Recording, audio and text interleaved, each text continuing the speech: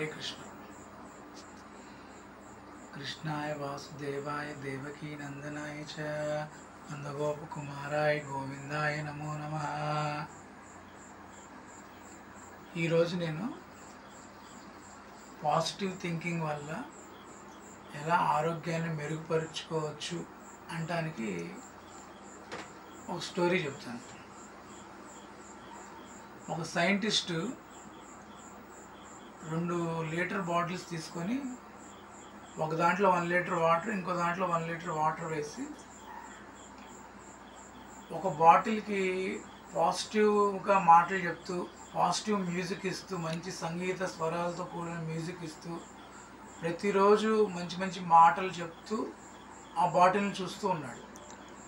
ఇంకో బాటిల్లో చెడు మాటలు చెప్తూ, హార్డ్ మ్యూజిక్ అందిస్తూ, దానికి సంబంధించిన చెడు వ్యసనాలకు సంబంధించి అన్నీ చెప్తూ ఆ బాటిల్ని ట్రీట్ చేస్తున్నాడు. అలా కొద్ది రోజులు ట్రీట్ చేస్తూ ఉంటే పాజిటివ్గా చెప్పిన బాటిల్లో నీళ్లు చాలా స్వచ్ఛంగా ఉండి కొత్త కొత్త డిజైన్లు ఫామ్ చేసినాయి. నెగిటివ్గా చెప్పిన బాటిల్లో నీళ్లు బ్లాక్ కలర్లో మారిపోయి ఒక విష పదార్థంలాగా ఆ నీళ్లు మారిపోయినాయి. సో ఇందులో మనం తెలుసుకోవాల్సింది ఏంటంటే, ప్రతి మనిషి బాడీలో 70% వాటర్ ఉంటుంది. సో మన పక్కన ఎప్పుడు సజ్జన సహవాసం చేయటం వల్ల, మంచి మంచి స్నేహితులు, మంచి వాళ్ళు ఉండటం వల్ల, వాళ్ళు ఎప్పుడు మంచి మంచి మాటలు చెప్పడం వల్ల, అంటే ఇప్పుడు నా వీడియోస్ మీరు డైరీ చూడటం వల్ల మీ శరీరంలో ఉన్న వాటర్ కంటెంట్ అంతా పాజిటివ్ ఎనర్జీతో రీఫిల్ అయిపోయి సంపూర్ణ ఆరోగ్యవంతులుగా మారి మీకు ఒక పాజిటివ్ థింకింగ్ వచ్చేస్తుంది.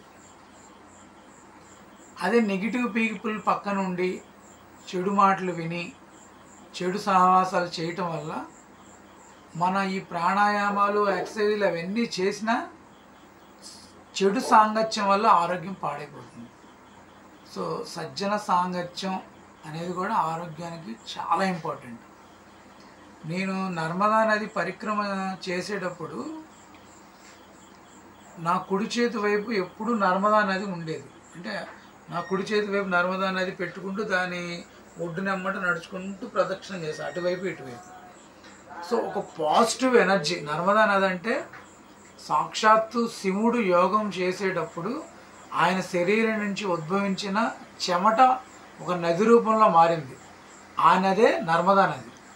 సో నేను నర్మదా నది పరిక్రమ చేయటం వల్ల, ఎన్నో రోజులు అలా నడవటం వల్ల, ఆ పాజిటివ్ ఎనర్జీ నా వైపు రైట్ సైడ్ ఉండటం వల్ల నేను పూర్తిగా పాజిటివ్ ఎనర్జీతో మారిపోయి ఇప్పుడు ఇంత జ్ఞానాన్ని, ఇంత ఆరోగ్యానికి సంబంధించిన సేవని మీకు అందించాలన్న ఆలోచన కూడా, ఆ పాజిటివ్ థింకింగ్ కూడా దానివల్లే వచ్చింది.